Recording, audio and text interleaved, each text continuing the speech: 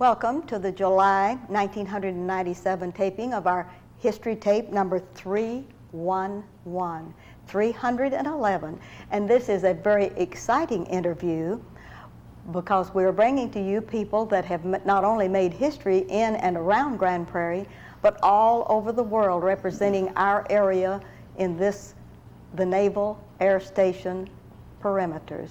We're very pleased to have with us from the Joint Base in Fort Worth, the very special Captain Dale Llewellyn. Welcome back with us again. Thank you. Yes. Great to be here again. Yes, it's been about 6 months, hasn't it? About 6 months, that's right. Yes, we need that 6 months update. We had you scheduled for July the 4th and all of the things that happened, and we didn't get you on the set then, but we're so glad we didn't miss it but about 10 days, did we? We're pretty close. Yeah, pretty close. Well, we're glad to have you back with us.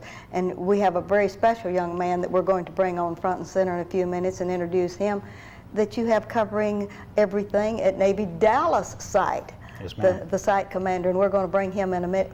Let's introduce him now. Go ahead. All right. Commander King, we're so glad to have you. Thank you, Ms. Jackson. Pleasure to be here. Thank you.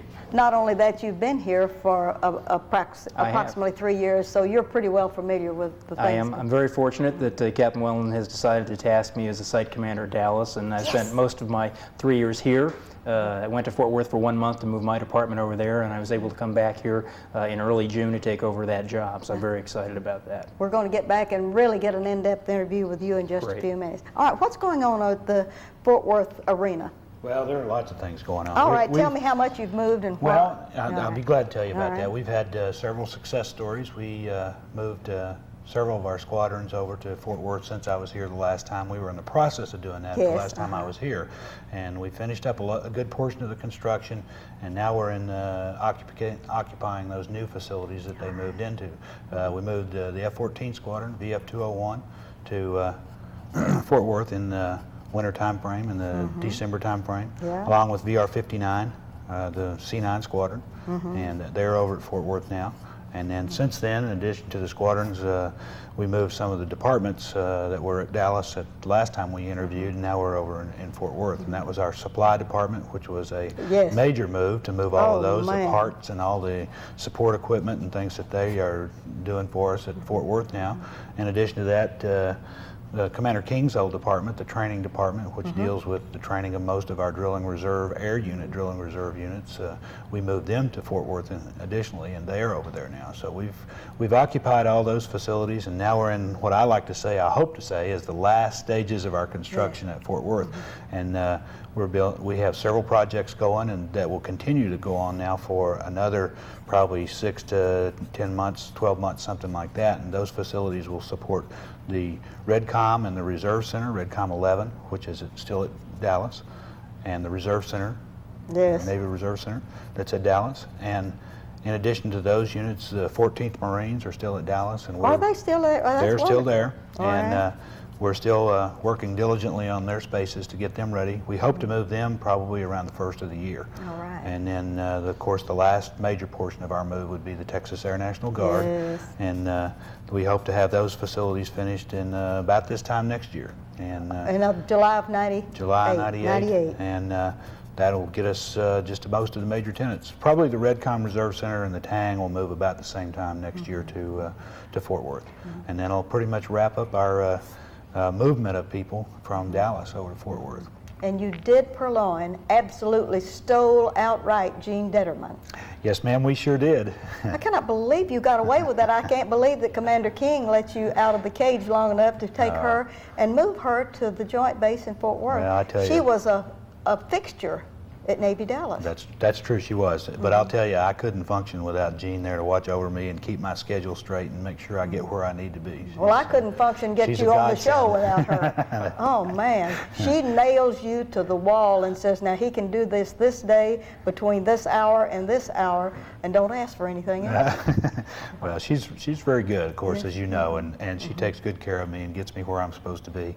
Make sure I'm at my appointed place of duty, as we say. Tell me about your family and how they're enjoying the... Oh, they're doing fine. You know, of course, the kids are all grown. You know, they're out of the local area. They're off in college and working already. But my son... Do they enjoy coming to visit?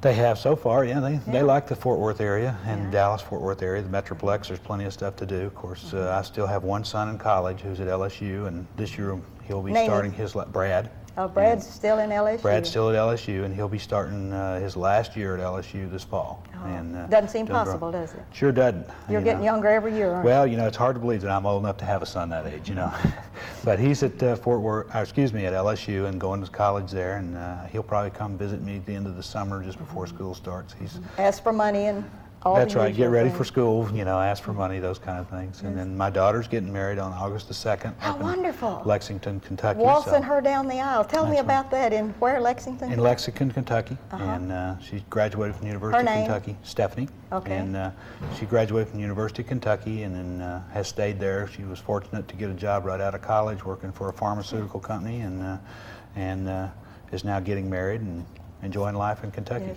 And have you accepted this young man yet, or is he still on trial? Well, they're always on trial. You know how that is. That's how babies are. That's right. Yes. So, but things are going well there, and certainly my wife enjoys the area. Yes. She's enjoyed this area and working. She works for one of the local companies here, and really enjoyed the area. So we're very happy to be here and enjoying the good friendship and the great people of the Dallas Metroplex. And how is the joint base? Is it what you expected it to be after it's building out and everything? You getting everything rolling, especially when you get supply there? Oh, I think we're making giant steps forward. We, of course, are trying to implement joint features throughout the base, and that's a bit of a task to do, and it takes a little time. And we have to proceed. A lot of red tape to that? I won't say red tape. I think I'd prefer to say we're just trying to make sure that we put our program together so that we do the best possible program that we can. For each unit? For each unit and each service that's represented. We've got a few joint departments already. Our security department is a joint department. We have Air Force and Navy and Marines and everybody represented there, and some DOD civilians that work there. So that department is very well in place and operating very well. Our transportation department is joint. We're working on getting medical working that way now, so we've got Air Force and Navy put together, and certainly when the Texas Air National Guard moves over, we want to incorporate them into that process. And that building, they are presently still off base in Crosslands Plaza, which is about 4 miles off the base. And the new medical facility will be finished, I think, in November. Oh, that's going to be a blessing, that new medical facility. It sure will, to have a nice clinic on base, and of course that'll be a better service for our service members from all services, because that's what we're going to do, is provide a service for all service members there. So we're making steps forward. Again, we're trying to do it with prudence to make sure that we do it correctly the first time. How much acreage at the new joint base compared to Navy Dallas? We have about twice as much. We're about 1,800 acres over there. 1,800, wow, that is great, isn't it? About And are you near a water facility like you were the lake here? As a matter of fact, we are right on Lake Worth, which is on our northern boundary of the base, the northern end of the runway. All the amenities you needed? All the amenities we needed. Certainly we have a nice facility out there. It's kind of nice living close to the lake. I live in base housing not too far away from there, and we get a little breeze off the lake, and that kind of cools things off in the afternoon. But we have very nice facilities out there, and it's quite a bit larger than we had here at Dallas, just because of the You have good quarters. You don't have as pretty a home over there as you had out here. Well, we have a beautiful home over there, but both homes are very nice. You know those historic homes here at Navy Dallas, of course, we're going to talk to the commander about those in a minute. With your permission? Why, certainly. Shall we talk with him? All right. Commander King, Sean King. Please. And tell us a little bit about yourself, even though because this is your entrance interview. We need everyone in Grand Prairie, Texas to know that you're in charge of the base and what you can tell without infringing on your privacy. Tell us a little bit about yourself personally. Well, as you know, I've been here for 3 years, so I'm not totally new to the area. Exactly. But actually, I've had a rather varied Navy career, as most people in the service are. I tend to move around quite a bit. But I have to tell you that my wife and children and I decided to come here. The needs of the Navy and my needs finally met up, and we were happy to come here 3 years ago. So I did pick to come to Navy Dallas. Name your family.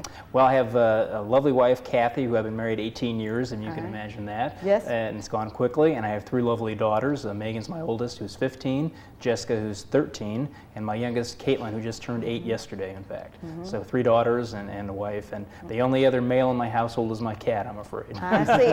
And where will they go to school? We live up in South Lake in the Carroll School District, and, All right. and they're doing very well there, thank you, and enjoying Loving it. and they actually enjoy Texas and become big Texas Ranger fans, in fact. How since we moved here. wonderful. So I think they made the conversion over the last few years, and before we moved here, we lived in Seattle, and I know that's probably not a very good subject to talk about, being the Mariners, but they do have taken the Rangers under their hands and really enjoy being going down to the ballpark. All right. And are you are on site at Navy Dallas, or do you live at the Carroll District? I actually live in South Lake. The former site commander, Commander Wilcox, is still residing in Quarters A, and he's going to stay there. I'm going to keep tabs on that quarters. Yes. All right. So he's taking very good care of it, I can tell you that. He'll be Preserving retiring. it. He is, and he'll be retiring in September. Captain Welling, by law, has entitled Commander Wilcox to stay a bit longer and rent that house from the Navy, so he'll be a resident of Grand Prairie, living in Quarters A as a civilian, as a retired. How wonderful. Oh, that is acceptable. So it is, and we're lucky that we can have him there, and someone will be living in the quarters. And Master Chief Epps, the Command Master Chief, lives in Quarters B on base, so we do have some Navy personnel living on the base. And you did know that there used to be a third C quarters there. Now, I did not know that. Yes, and that was raised at one time. There were, at one time, 3 of those houses there, and it was very exciting. All right. All right, now tell us a little bit about your assignment that is expanded now since you've taken over as site commander. Well, as Captain Welland mentioned, many of the tenants have already left the base, but Captain Welland still is held ultimately responsible for both air stations. He's really dual-hatted. He commands both the Naval Air Station Dallas and the Naval Air Station Fort Worth. He has appointed me to be his direct representative for all matters pertaining to Dallas. Also, he's given me the assignment as being the base closure officer. So I work closely with the city, Mayor England staff, working on the closure and what we have to do to turn the base around for reuse and commercialization as we prepare to close a little more than a year from now when the Navy will vacate the air station. That's a tough assignment. It is, and but there have been several base closings, as you know, around the country, and so what we're doing here is really not that new. It may seem new to the residents of Grand Prairie, and certainly is new to myself and Captain Welling, but we have a lot of experience to base this on. And we're looking forward. I think it's going well, and although it will be sad to leave Grand Prairie, we're going to try and get some good business development going and working with the city very closely on that. Do you have an executive officer that serves under your direction? I do not. I have a Command Master Chief, Command Master Chief Epps, who works as my right-hand man. All right. But Captain Welland has his staff is available to me for whatever I may need. The supply officer, for example, or operations officer. Although they reside over at Fort Worth, they do have members of their staff still at Dallas running those operations that pertain to the base, so I work with them quite closely. And do we still have Desert Storm? We do. You know, many of the merchants of the area always question me how much is going on at Dallas, and we are still there. We still have service members who dine at the Desert Storm. We have people who still live in the BEQ and BOQ, our barracks. Yes. We're still operating aircraft out of Dallas. We have the C-130s from the Texas Air National Guard. So for all purposes, the base is up and running and fully functional. Just the matter of numbers of personnel have dropped as we've proceeded over to Fort Worth. But in essence, we still have quite a lot of activity going on. And as Captain Welland has mentioned, the Texas Air National Guard will be flying there up until base closure more than a year from now. What is your probably your highest activity month during the year? Well, that's a very difficult situation to answer because it's based on the needs of the Texas Air National Guard. When they have their movements? Exactly. When they're operationally tasked and dictates that they need to fly more often than not. Recently, they've been quite active, and as you know, being reservists, their activity for many of them is quite heavy in the summer. So right now, we see quite a bit of use out of the field. Additionally, aircraft over at Fort Worth come over to use the runways at Navy Dallas. We have an F-14 squadron, as Captain Welland mentioned, that left here several months ago, but they come over and use our facilities here at Dallas to practice field carrier landing practice, to prepare to go out to an aircraft carrier to land. So the runway is very well suited at Navy Dallas, and we have the Navy optical landing systems and associated navigation gear. Oh, it's wonderful. So we're still getting some very good use out of the air station. The wonderful orange lights in the noise zone that come into Navy Dallas, we have felt so much more secure, those in the neighborhood, and I live in that neighborhood in the northeast area of Grand Prairie since you put that facility in, of course. Yes, all right. Dallas owns a lot of the land. Grand Prairie owns a pittance. We're going to hustle Dallas if we can. But we have already missed the economics of Navy Dallas in the movement, but we know that Fort Worth needed it. And since I was born in Fort Worth, I blessed it anyhow. Yes, that's wonderful. Well, tell me, Commander, what you think about the next real strategic part of the next year between now and say 1998 and 99, before the 2000 frame? Well, actually, most of that, I'm afraid, falls on the cities of both Dallas and Grand Prairie as we try, as I mentioned, to get some commercial activities into the base. The fact of the matter is the Navy will be leaving. It's not a matter of if, it's just a matter of when. You're going. And we are going, and we are excited, both the city of Grand Prairie and Dallas, as they try to market the base.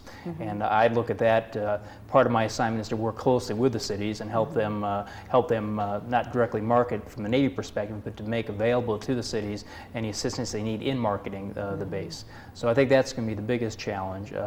As you know, we have quite an extensive environmental cleanup ongoing, which will continue after the Navy leaves. And of course, that's certainly at the forefront of our activities right now as we do that. And I would have to say, probably, and this falls in Captain Welland's court, is getting the Texas Air National Guard, having their facilities complete over Fort Worth so that they can move on time. And although we'll be sad to leave this great area, we do need to get those activities over there and flying and operating out of Fort Worth. All under one good umbrella. Right. Yes. All right. Ruthie, could I interject something You here should. that Commander King brought up, and that was about the environmental issues. I know that our public is worried about that a little bit, and I know that you're very involved with our process of cleaning up the base and Restoration Advisory Board and those activities over there.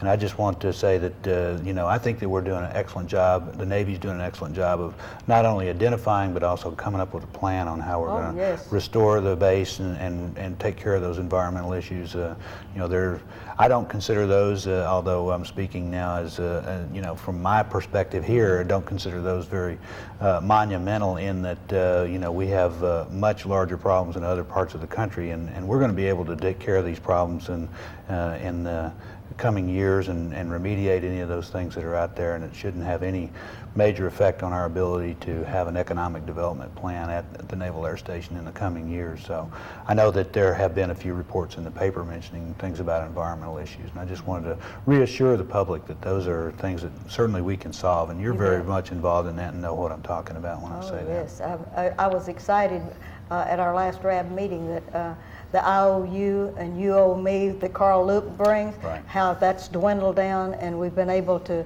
do all of the checkpoint Charlies, so to speak, so that everything seems to be well in hand. And even though there was a report on the fish and all of that, that was accepted. It was expected, really, because anytime there's a runoff from a great facility like we have at Navy Dallas, plus the plants, plus the fact that over on the other side of the railroad track at one time we had an agitator, an oil facility that a lot of people aren't familiar with, that I used to climb up on when I was a kid, and I remember all of the good stuff. And when you have the run from that area down that little creek that goes all the way from your lake down there, that I used to get crawdads in when I was a kid. Right? So yes, so environmentally we followed it very closely. We appreciate so very much what you all are doing to try to head us in the right direction and to bring some economic development not only to Dallas or to Grand Prairie. We have about 7 minutes left, so let's talk about anything we want to, shall we? Okay. All right. Well, what would you like to talk about? Fort Worth a little more? I would really like to talk a little bit more about Fort Worth, because that seems to be the gist of where we're heading, and what's going to be the finalization of the joint base when it's all over. How many different services will you have under your direction? Well, we're going to have everybody represented except for the Coast Guard right now, and we're trying to find the Coast Guard too right now. Yeah, well, let's bring them in, shall we? So we have, of course, the Navy, which is the host over there, the Air Force with Air Force Reserve with the F-16s, 301st Fighter Wing, the Texas Air National Guard flying C-130s, our Marine contingency, which will be both air and ground, with the 14th Marines being the ground contingency, and the MAG, Marine Air Group 41, which has F-18s and also C-130s, and they're still flying over there. So we're going to have everybody represented, and it's going to be a good broad section of aviation and surface Navy representatives from those services. In addition, we have some Army representation over there in the form of intelligence command personnel, and also some lawyers who are reservists who drill there with us. So they're a det out of San Antonio, and they drill with us in our legal spaces, and they drill once a month and provide a great service to not only our reservists who need to have a lot of different things taken care of as far as their paperwork for preparation in case of mobilization, and then just day-to-day things like wills and paperwork like that. So they add something to our capability as a naval air station over there. Certainly our objective at NAS Fort Worth is to provide a facility to train the reservists, and that's what we're trying to do. By the year of what? Well, we're doing it today, so by the year 1997, we're training. At the end of today, all of this is coming into being. Well, we're actively training each one of the representatives that we have there now, and all we're trying to do is expand on that over the coming years as we bring more people into the base and expand our capabilities. Certainly, each service is represented there. It's an opportunity, certainly, for the flyers, if you will, to have the opportunity to do something that very few bases will have, and that's we have F-16s, F-18s, and F-14s all at the same base. So you can't buy that kind of training most places, and they get the opportunity to work together and against each other to do what we like to call our dissimilar air combat training.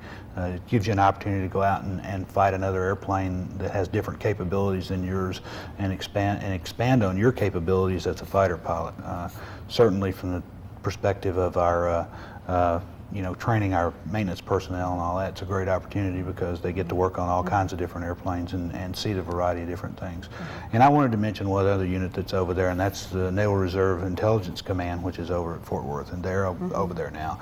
And they provide a real-time service to the military, if you will, to the Navy. They have the capability of gathering information and interpreting. Do you ever have an open house over there for the general public so that we will next spring, as a matter of fact. All We're right. going to have an air show, and we're targeting the end of May next year to have a large open house, and all the things that I've talked about today will be on display. Will be on display. We'll have all those things out there so the general public will be able to see them and participate. And of course, we're trying to have a major air show, so we'll have lots of acts, and we hope to have the Blue Angels there and have a really good air show in May next year. And how do you like being the king or the emperor of a domain such as that?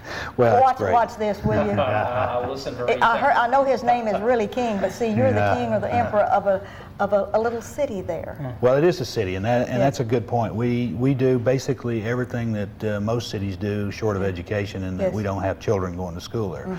But it is a city, and I tell you, it's the best job in the Navy as far as I'm concerned. You're going to have to hustle for his job when he moves on. I will. All right.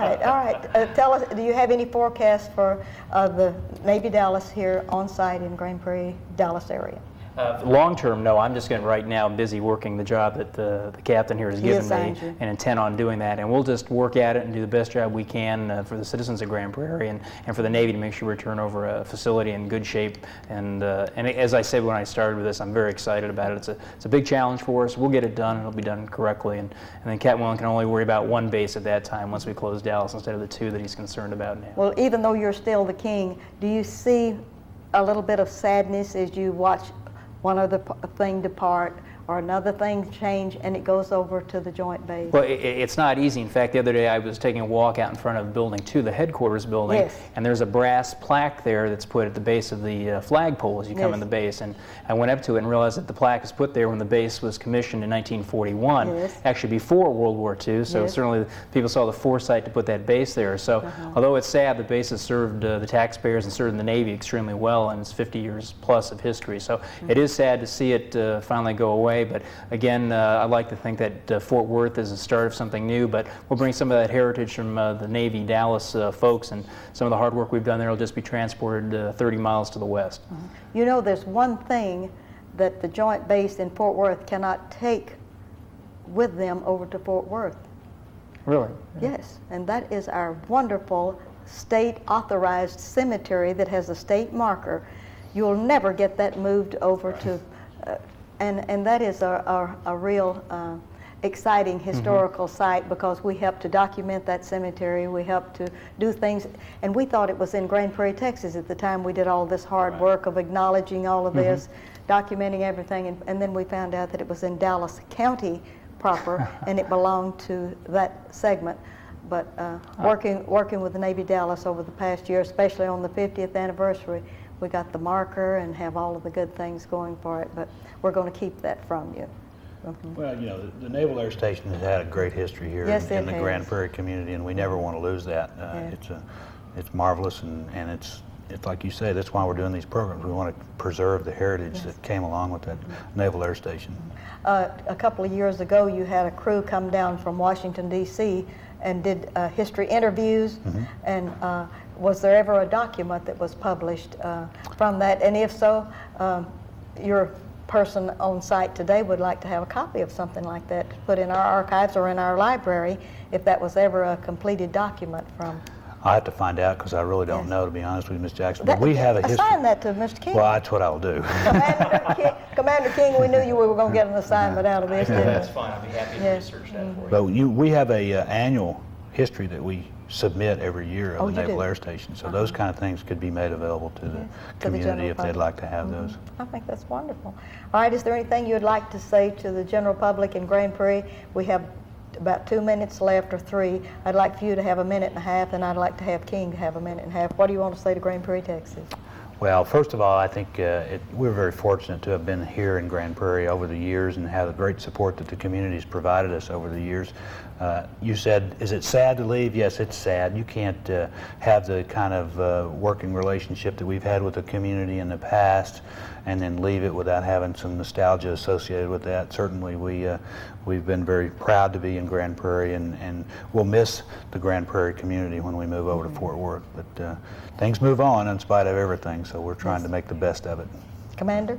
Well, again, it's a sad job closing an air station, as you can imagine, but we're going to do it right. I can assure the citizens of Grand Prairie that the Navy's interests are meant for national defense as well as working with the local community, and we'll do the best we can do to get that base closed and keep it in the condition that is worthwhile for the city to have when they eventually inherit that facility. But a lot of tradition, a lot of history, a lot of pride. There's been a lot of hard work in that air station over the years, and we just want to take that and move it across town and close a chapter at Navy Dallas, and hopefully people remember the Navy presence here in the years to come, that we were a part of the city. And again, as you know, with your efforts to help start a museum, we can leave some of that history behind that people can enjoy and remember all the accomplishments of the servicemen over the years here. But it will be sad, but we're ready to go and press on. That's great. I want to thank you all very much for coming over. I'm glad you had an interview with the mayor because that got you wound up enough to talk about good things with us on this set today. Thank you all for the time that you give to the community. Appreciate it. And this is Ruthie Jackson reminding you that history is as we live and do.